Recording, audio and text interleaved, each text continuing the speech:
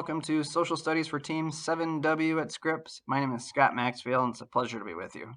This is my second year teaching here at Scripps. Prior to this, I taught for 20 years at Orion Oaks Elementary School, where I taught 5th grade. In fact, I get to teach many of those former 5th graders this year in 7th grade, and I'm sure they're just as thrilled as I am. Social Studies is my favorite subject to teach, and many of you might be thinking, why? It was boring in school. Well, guess what? I agree.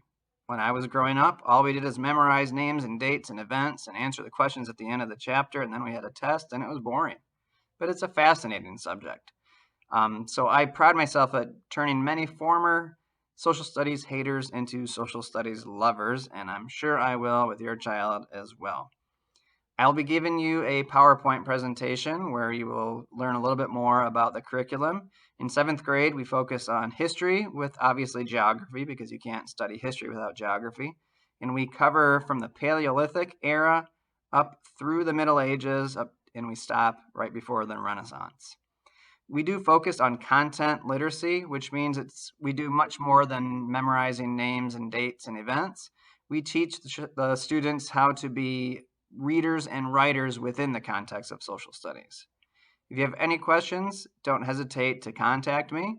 I look forward to a great year, and I hope to be meeting with you in person one of these days soon. We'd all much rather be here in person, but up until then, we are going to do the best we can to make sure that your child has a good online experience. Again, don't hesitate to contact me if you have any questions. And here's the PowerPoint to tell you a little bit more about 7th grade social studies.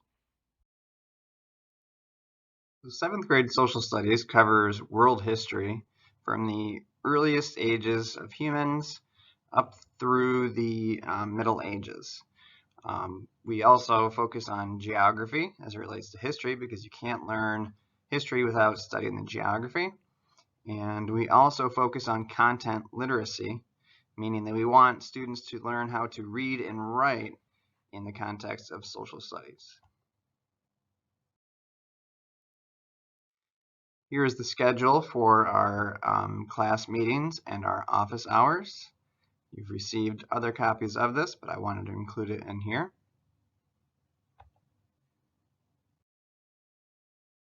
So the first era we talk about is the Old Stone Age, the Paleolithic era, going back about 200,000 BCE.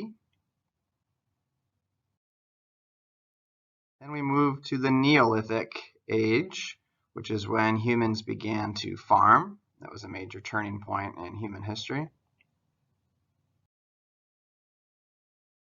Then we start talking about early civilizations. Now that humans were able to spend more time doing other things because they could farm, early civilizations began to develop.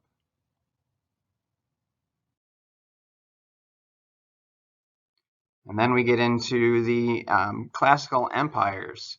And so that is a unit that the students all love because we learn about the Greek city-states and Rome and the Persian Empire and the Han Dynasty and things like that. They're going to really like that.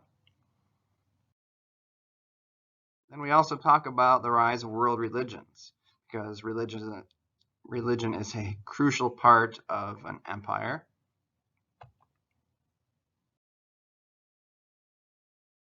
And then we talk about the fall of the empires and what happened after. So we get into the Middle Ages. We talk about other empires, such as those in Africa and in the Americas. Talk about the Crusades, the Mongol invasion. And then we leave off right at the Renaissance, which is where they will pick it back up again in 9th grade. The resources we'll be using is the Oakland Schools has created units of study. We use a combination of those and then our History Alive textbook. Students will be receiving an online account where they can read and interact with the material online. I'll also be creating my own activities to supplement the other materials, as well as using the internet, articles, trade books, and atlases. Attendance at class session is required for students, as well as completing the coursework. I'll be posting all assignments in the Assignments tab in Teams. Each time an assignment is posted, it also posts in the general channel for each class. So please stress the importance of your child checking teams on a very regular basis. In addition to the weekly work that they'll be doing, we'll also be doing some summative assessments as well at the end of each unit.